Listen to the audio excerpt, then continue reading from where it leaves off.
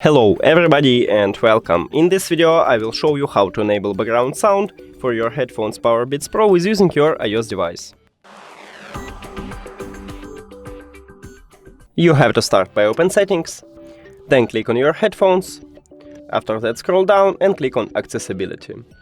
Then go to iPhone audio and visual settings.